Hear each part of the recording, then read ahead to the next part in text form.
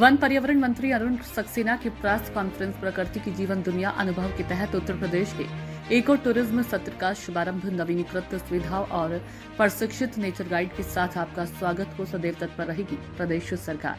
प्रदेश में eco tourism को बढ़ावा देने एवं पर्यटकों को प्रदेश में आकर्षित करने हेतु वन विभाग द्वारा सार्थक प्रयास किए जा रहे हैं।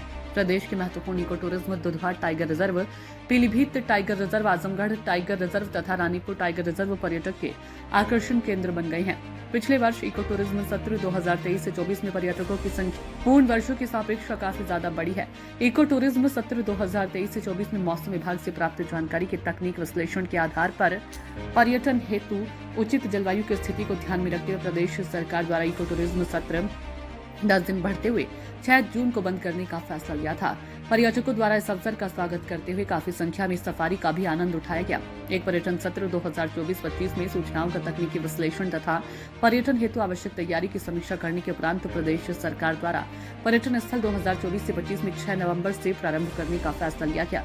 भविष्य में 1 नवंबर से पर्यटन तक आरंभ करने का फैसला लिया गया। साथ ही यह भी निर्देशित किया गया है कि हॉलीडे सफारी के लिए एक निश्चित संख्या में वाहनों की अनुमति प्रदान की जा सके, जिससे लोग ऑक्सीजन बात के साथ साथ वाइल्ड लाइफ का भी आनंद ले सके। साथ ही साथ दुधवा टाइगर रिजर्व में मंगलवार के साप्ताहिक अवकाश को भी खत्म करने के निर्देश दिए गए, जिससे लोगों को अन्य टाइगर रिजर्व की भांति दुधवा टाइगर रिजर्व में इस सप्ताह के 7 दिन इको टूरिज्म का अवसर प्रदान हो सके। इस पर्यटन सत्र में पर्यटकों के द्वारा देश शुल्क में कोई परिवर्तन नहीं किया गया है, पर वह विगत वर्ष के अनुसार ही शुल्क रखा गया है। पर्यटकों को प्रवास के दौरान उच्च कोटि की सुविधा उपलब्ध कराने के लिए टाइगर रिजर्व में विशेष मत अभियान चलाकर स्वागत कक्ष, इंटर कैंटीन जन सुविधाओं को भी नवीनीकृत किया गया।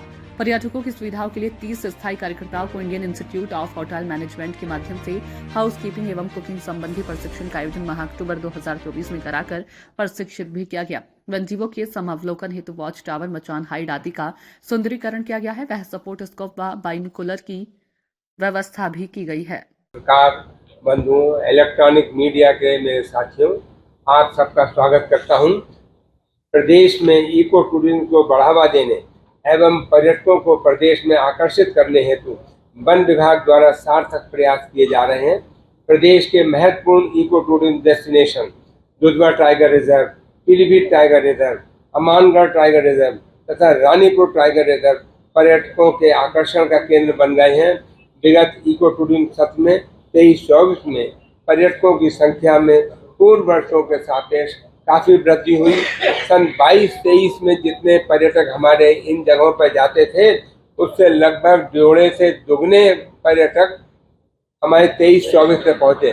तो मैं कहूँगा यूपी के अंदर इको टूरिज्म में महत्वपूर्ण योगदान हमारे पर्यटकों का है, जिनकी संख्या बहुत ज़्यादा बढ़ गई है।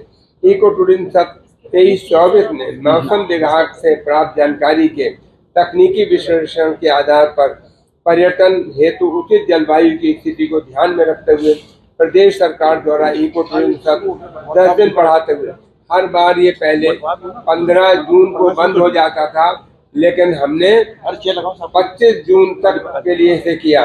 पर्यटकों द्वारा इस अवसर का स्वागत करते हुए काफी संख्या में पर्यटक वहां पहुंचे हैं।